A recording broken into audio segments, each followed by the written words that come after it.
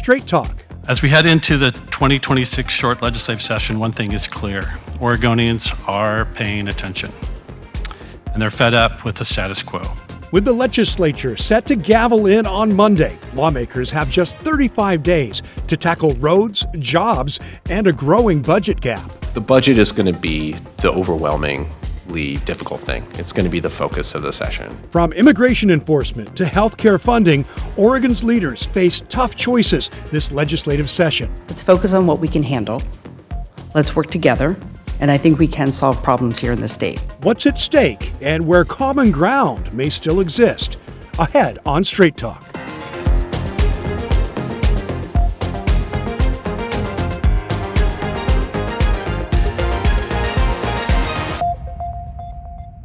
And hello, I'm Tim Gordon in for Stephanie Domerant this week. Joining us today to discuss the upcoming short session are two legislators in leadership roles. Democrat Ben Bowman is Majority Leader of the Oregon House of Representatives. He represents Tigard and surrounding areas in District 25. Bowman serves on several committees, including the Interim Ways and Means Committee and the Transportation Funding Committee. Lucetta Elmer is the House Republican Leader. She represents District 24, including McMinnville, Yamhill County, and parts of Polk County as well. Elmer also serves on several committees, including the Interim Ways and Means, and is Vice Chair of Interim Committee on Rules Committee there. Yeah, thanks for joining us so much. We're so glad that both of you are with us today. Yeah. Right before this short session gets started. That's great. Thanks for having us. You bet. Well, let's get right to it. And of course, we're going to start with transportation funding. It's such a big issue that has been grappled with in the last session, and it's coming up again. At stake are hundreds of ODOT jobs, some major roadwork projects and maintenance that could go undone. And the history here to remind our viewers, Democrats passed a $4.3 billion funding bill for ODOT last session. Republicans voted against it, in fact, got the signatures needed to put the issue to voters in November of this year. And now Democrats are considering moving the issue up to the May ballot for voters to weigh in. Representative Bowman, I'm going to start with you. Why move it up? Good question. So I think zooming out, the context here that's really important. You're right. We came in a special session. We passed a transportation package. The design of that package was a short-term solution to try to preserve those jobs at ODOT so we could plow the roads, stripe the roads, pave the roads. In the short term, right? We're not talking about funding for the mega projects. We're talking about core safety. That proposal gets referred to the ballot. Once it gets referred to the ballot, it's frozen. Okay, so none of the revenue in that proposal can be collected, but all of the financial obligations in that proposal continue in statute. So the idea here is we have to figure out how to stabilize our system and make our roads safe. If we wait until November, we will have over basically Christmas break to design a new proposal that needs to pass in the 27 session. When this has happened in the past, including when Republicans were leading the legislature, the date was set in May so that once the voters have their say, we can adjust as legislators and try to do what's in the best interest of Oregon. So that's the thinking there. Okay, Representative Elmer, that wasn't the Republicans' plan. It was to have it in November. What do you think of this idea of moving it up to May?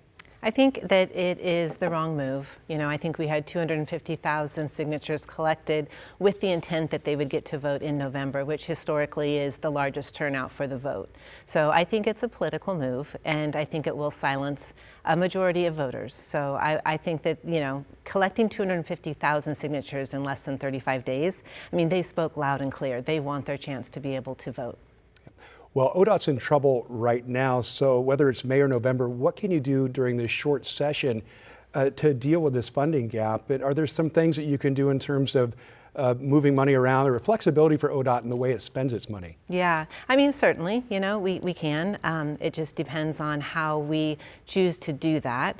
I think that one of the points that Leader Bowman and I agree on is that, we have quality people in those positions and we don't want to see them go. We have people that they're seasoned, they understand what it takes to make sure that we have safety and sustainability with our roads and bridges, and we do not want to lay those people off, right, or cut those jobs. Right. But there is a gap, and we do need to figure out how we're going to fund that. So there's lots of talk and discussion going on right now about what that looks like within ODOT. And there's other solutions out there too, but we are in the process of having those tough talks. Representative Bowman, the governor yesterday was talking about how there are good conversations going on around how to spend ODOT's current fiscal pool. The reality is there will be cuts to ODOT. We've already lost hundreds of employees at the agency. We are likely to lose hundreds more. This is why it's so important that we let voters have their say as soon as possible so that we can stabilize that agency and invest in the safety and maintenance that Oregonians expect from their government. I expect this short session, of course, it moves quickly, but money's going to be a big issue. And let's talk about the larger funding, the larger picture for the state in terms of the budget gap. $900 million or so already, with possibly up to $15 billion over the next half dozen years or so, right. Thanks to Trump administration cuts in terms of SNAP and Medicaid benefits as well. What can you do in this short session to deal with the current situation and then looking forward? Great summary. I mean, the reality is we are looking at a massive, massive cut to our budget from federal support, targeted mostly at healthcare funding and food assistance, with dramatic impacts now, but significant impacts over the next 6 years. So we basically have three choices, three levers that we can pull as a legislature. One is we can tighten our belts and make cuts. That is absolutely going to happen to the tune of hundreds of millions of dollars in cuts from the state budget. We can also have new revenue options. Closing tax loopholes that benefit out-of-state corporations is one example. And then we also have a very healthy rainy day fund, a reserve that's been invested in for well over a decade that is in a better spot than it's ever been. That is not a long-term solution, to be clear. That's got to be a short-term bridge. But those are the avenues that we're exploring in the short session to balance our budget, which is our constitutional duty as a legislature. Representative Elmer, Republicans are kind of the check on this. What do you think of what you just heard from your colleague here on the other side, and what do Republicans want to do about this? You know, I've said this many times. It's not a money problem, it's a priority problem. Oregon is one of the highest taxed states in the nation. We have lots of tax dollars coming in, but it's how we choose to spend those tax dollars. And I think going back to the transportation conversation, when you have 250,000 Oregonians weighing in and saying, we don't want to raise more taxes, figure out how to use the amount of money that we already have. We know it's a lot of money. So I think that we need to look at where these priorities line up and make sure that we are lining them up with what Oregonians want. Get back to our core services. We hear about affordability so much. I mean, a lot of people are really struggling right now, I think. And you're saying that we need to work within our means. Yeah, absolutely. Yeah. Just like you would do with your own personal budget. What specifically can you do as Republicans to make that happen? It feels like sometimes in your position, it's either don't show up or let it go. Yeah. You know, I'm a firm believer in the minority voice. It's so important. And so we will keep that voice being declared loud and clear, and that's our job. So, thanks for having me on today and giving me that opportunity. And, I'm talking to Leader Bowman all the time. I mean, so we're having these discussions, but you are correct. We sit in the super minority. We don't have the votes to stop a tax vote. Right. So that's why this last year you saw, a grassroots movement that was incredible, unprecedented. And I think that's one of the tools we can use is lean on Oregonians who can help us, come to our committees and let your voice be heard and show up with the magnitude that it takes to make sure that the governing party is listening. Representative Bowman, I know that Democrats say there are seats at the table for Republicans. How do you include them beyond just giving them a seat?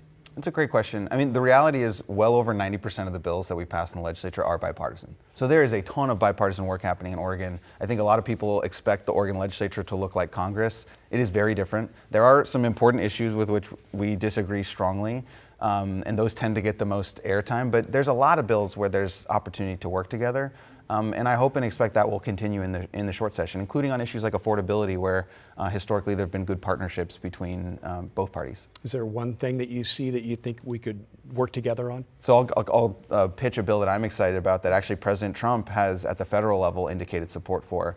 We have a bill that we're proposing in Oregon that would limit large private equity firms from buying up single-family homes in Oregon, making it harder for first-time homebuyers to purchase a house. President Trump's indicated support for a proposal at the federal level. I'm bringing the bill at the state level, so I think that's a great opportunity for us to be partners. Okay. We're going to switch gears now. We're going to talk about immigration enforcement and ICE activity. Minnesota, obviously, in the spotlight right now for good reason. But this mass deportation effort is happening across the country, including here in Oregon. The methods creating some real challenges and fear. Will this be addressed this session? And if so, how? Yes, there are. I'm sure Leader Bowman will talk about a lot of bills that his caucus is bringing forward. to look at this situation. But I think what I would want to spend my time focusing in on is why is the language what it is today? You know, we know that Obama, during his administration, deported over 3 million, people. And so Trump isn't even to that magnitude. But why are we having this conversation, and why is there all of this fear? Why is the spotlight on what ICE and law enforcement is trying to do, which is get out the worst of the worst? And we have a challenge, just like Minnesota has a challenge, because we're sanctuary states. But that does make it challenging for law enforcement to work together. And there is a point to be made to say, if they could work together, could that be safer for communities where ICE comes in because they have worked with local law enforcement who has the criminal, they come in, they get the criminal, they get out, and they're not disrupting the community and evoking all of this fear that's being displayed throughout prime time. I'm going to ask you another thing about that, just because, is this a function, what we're seeing now, of not working together? Because as I recall the Obama years and when those major deportations were happening, I don't remember the same kind of methods going on that is producing the kind of fear that we're seeing among people. Well, were they? I don't know, because we weren't seeing it played out in prime time. And I think that is one of the differences. This fear conversation that just keeps getting stirred up. And believe me, there is empathy, and I understand that I come from a district where I have one-on-one talks, I have roundtable discussions, and I want to hear all sides. But we have to be able to tell all sides and not just highlight things that we don't have all the facts around yet. And so we're pulling out something that you're like, whoa, did that happen? And then 2 days later you find out, oh, here's the rest of the story. And that kind of changes how this plays out. So I just want to make sure that we are being well-rounded in this, and that the main goal isn't to try to politicize it and cause fear. The main goal should be, how do we keep our communities safe? Right, and I appreciate that. And also, I know you're talking about bringing the temperature down, just exactly that point. Representative Bowman, how about you, and what do you plan to try and do this short session?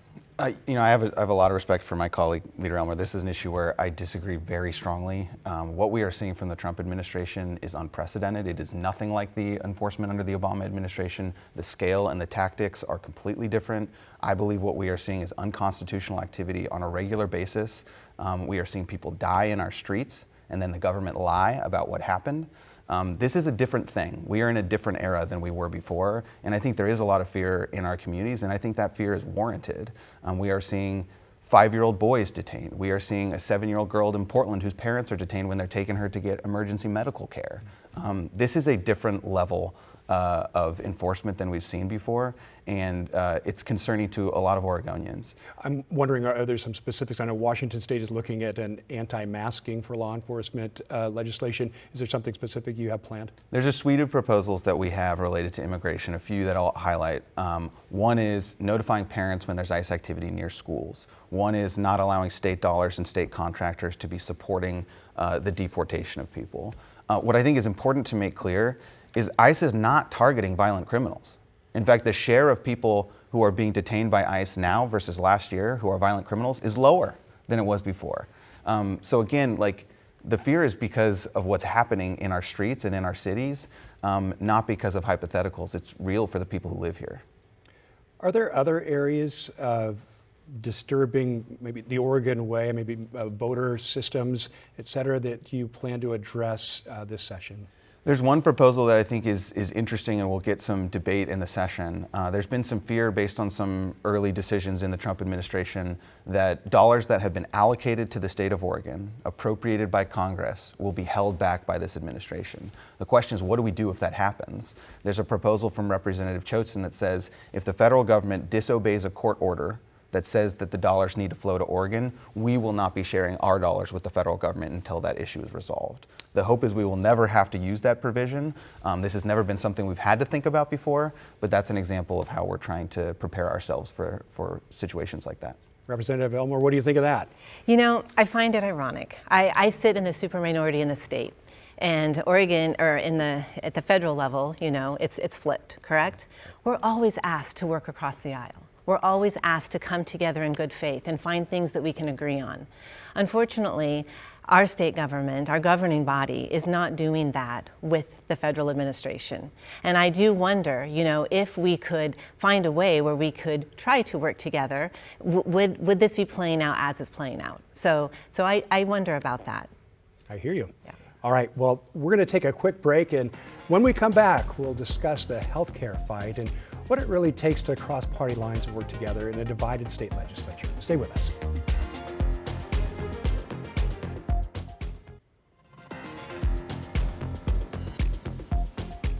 Welcome back, and we're talking with two leading leaders of the House of Representatives in Oregon as this short session starts very soon on Monday. It's coming right up. And Representative Elmer, we're going to ask you about the Republican agenda beyond transportation, some of the other issues that we've discussed already. What do Republicans want to see happen during this short session? Yeah, thanks. So we're pretty authentic in understanding what the short session is for, right? 35 days, it's a sprint, not a lot of time, and it was created to sort of tweak things and minor fixes for something that didn't finish during the long session. We also only, as legislators, only get 2 bills that we can bring forward. So in talking to my caucus and prepping for this, I was like, hey, just know all of those things and know that we also are in a budget deficit. So if your bills have a big fiscal, that's probably not going to look great. So, we're looking at addressing things that Oregon keeps speaking loud and clear: affordability. How can we help Oregon afford to live here? We still have issues around housing. We have issues around education. There's a lot of these that are top mind issues. So while we don't have a lot of time, and again, sit in the super minority, those are the things that are going to be what we focus on. Okay. We're going to talk about health care now in Oregon. Again, the backdrop including federal cuts to Medicaid, but there are about $200 million that the federal government has sent this way to support rural health care and a bipartisan effort to manage that. Let's talk about that as well. Do you see that as an area where you can work together? Yeah, I hope so. I think it's really important, and the hospitals have been very clear about this. We're talking about $200 million in additional funding in the face of $15 billion in lost funding over 6 years. So this doesn't even remotely replace all the money we're losing. And so we have to figure out how to stabilize our system. I will say, while the cuts to Medicaid are devastating to this state, our healthcare system was in trouble before. The costs in our healthcare system are escalating way too rapidly, and we have got to wrap our arms around that as a state. This session in the short term, really we're just looking at stabilizing. We don't have enough money to preserve the level of service that we've provided to Medicaid patients in this state. The reality is, unfortunately, when people lose access to their health care, they go to the emergency room, where the cost of care is higher and where the share and the cost is shared by all of us who are paying insurance premiums. So in the short term, we've got to figure out how to stabilize. In the long term, we've got to drive costs down, get rid of the corporate profiteering that's eating up our healthcare system, and make sure everybody has access to affordable care in this state.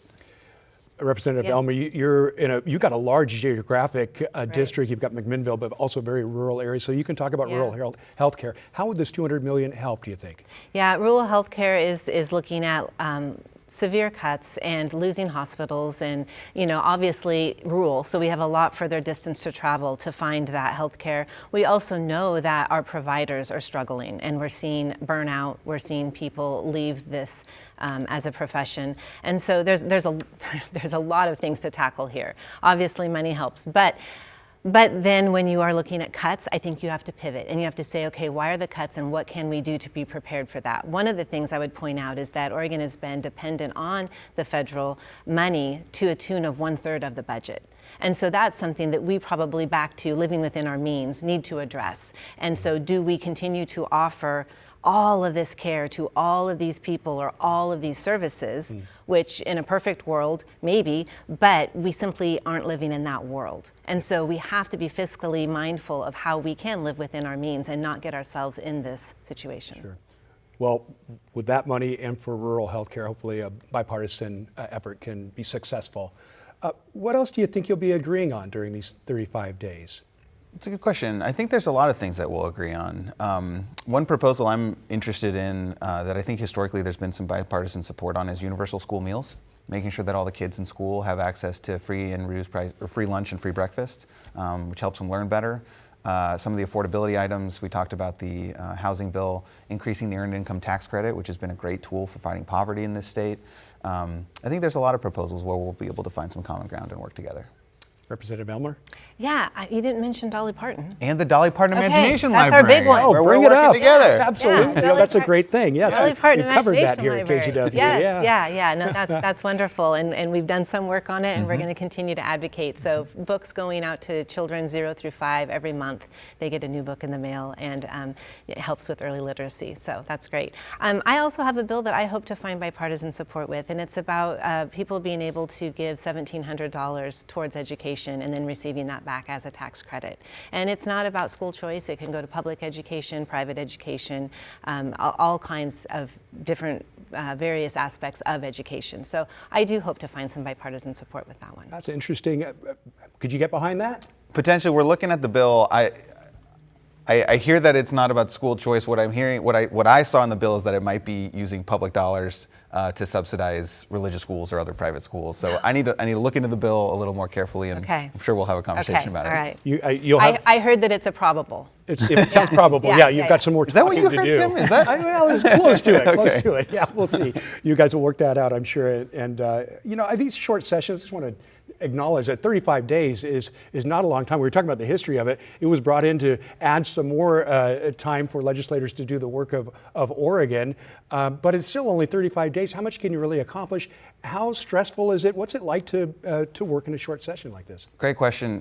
I mean, I will speak for myself. It's very stressful. We in the lead up to the session have been taking meetings with everybody, constituents, advocates, government leaders, local leaders, trying to hear everyone's perspective so we can represent our communities. And then we'll get into session, and the deadlines are so tight that basically if your bill is not ready to go in the first week, it's probably dead. Yeah. You're probably not going to pass your bill. Right. So everyone's trying to recalibrate from a 6-month session last time to a 5-week session this time. Right. Yep. And you both got one of these under your belt, I would Correct. think. Yeah. So Yes. what Yeah. about you? What do you think about how Same. this will run? It's so fast. Yeah. And I think, when you have freshmen in your caucus that just haven't experienced it yet, as a leader, there is that added duty of helping them because it comes and goes with those deadlines. And, I feel it's kind of like being an athlete in training. You have to be so disciplined. We have to get our sleep. We have to eat well because you just burn out and there's no time for burnout. Yep. Well, given that you've only got so much time, what do you think your constituents want you to accomplish the most? That's a great question. I mean, I think they would say, we want it to be more affordable. But, what does that look like in 35 days? Sure. So, some of the things that we've talked about, like I'll just give one quick example in housing. If we can reduce some regulation and get rid of some of those permitting fees to fast track contractors to be able to build doors, I think that would be super helpful. And I think when when constituents start to see that it's a little easier at the local levels to get that done, then, they feel that reprieve. So that's an example of maybe something that could be accomplished. Yeah, it does go quickly. And is this almost like you can do so much and then set up for the next Right. long session? Yeah, I think that's exactly right. And my constituents are saying similar things on affordability. I think the difference in my district versus the leader's district is I hear from people almost every day saying, what are you going to do to stand up to the Trump administration? So that's why our proposals will include both affordability and standing up. And then another place where I think there's common alignment that we've worked on in the past is making government work better, making government more efficient, making sure we're producing the outcomes that we actually want. So I think there'll be alignment there as well. Yeah. Well, we've got about, 20 seconds, 30 seconds each to kind of wrap it up. How are you feeling going into this session, and what are your feelings about having some success on the Republican side? Yeah, I'm feeling great. I do. I mean, I think that this whirlwind that Leader Bowman and I have been doing with getting prepped for it has actually helped because I do feel ready to go in Monday and get right to work. Obviously, this is an election year, and so after the 35 days, it's boots on the ground as we're knocking on doors and getting ready to have the long stretch to November. But I'm feeling good about that as well. I'm feeling good too. The leader and I have done several of these, and we've disagreed pretty strongly, but we're continuing to talk and work together, which is what I think Oregonians expect of us as their legislators. So my hope is that we'll have a productive session. We'll be able to balance the budget and then set the table for an even more productive session in 2027. Excellent. I know, as you were mentioning, you've already been working towards that. The short session is 35 days, but the work's already begun to prepare for it. Ben Bowman and Lucetta Elmer, both elected in 2022, I should say, to the state legislature, already in leadership roles here for Oregon, and we sure appreciate your perspective today. Thanks for joining us. Yeah, thank you. Yeah, thanks, Tim. All right. Well, thank you for watching, and a reminder, you can stream Straight Talk on your own schedule. Download the free TV app, KGW Plus, available now on Roku, Apple TV, and Fire TV. Thanks again for joining us, and we'll see you back here next week.